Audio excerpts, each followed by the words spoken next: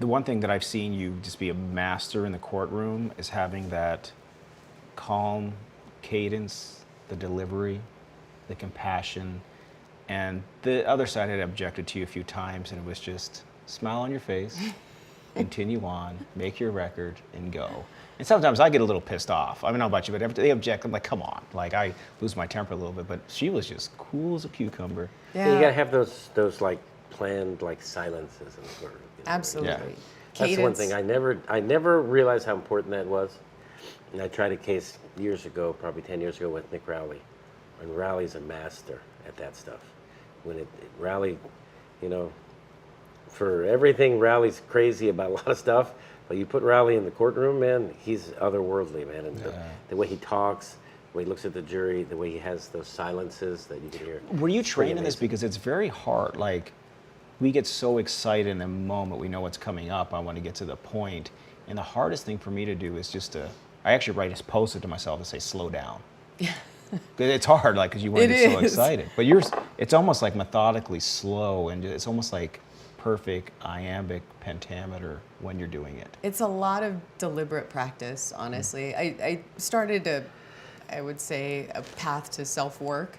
And so a lot of that was getting out of my own head, getting rid of the perfection monster that was sort of running the show, and then learning a lot about human behavior, including my own, psychology, in the courtroom, persuasion, all of it. And then it sort of coincided with the work that I was doing with Alejandro, and being able to try those cases really helped me understand, sort of encapsulate all of that knowledge, and then figure out, you know, we have to win on the facts and the law and the evidence, but we also have to have an understanding of what the psychology is in the courtroom, because the defense is using it. They're using greedy plaintiff lawyer, something for nothing.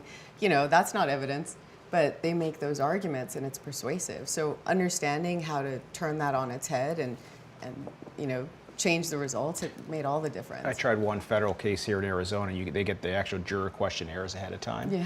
Which we don't get those where we are. It's like a few days, it's like a week. Not even state court? Sometimes you get it as you walk in, and then you get to fill them, score them, come back the next day. This was like, we got them like 2 weeks in advance. Wow.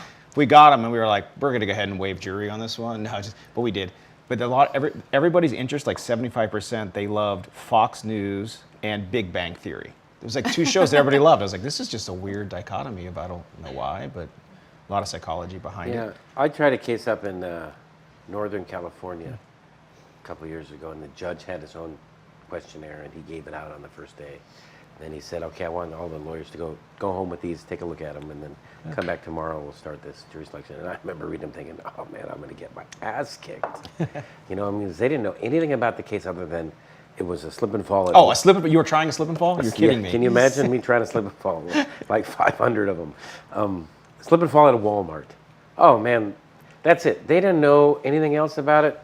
Geez, some of the responses were just crazy. Yeah. They're like, this guy's an ambulance chaser. I didn't even open my mouth yet in the courtroom. This is an ambulance chaser. This is fraud.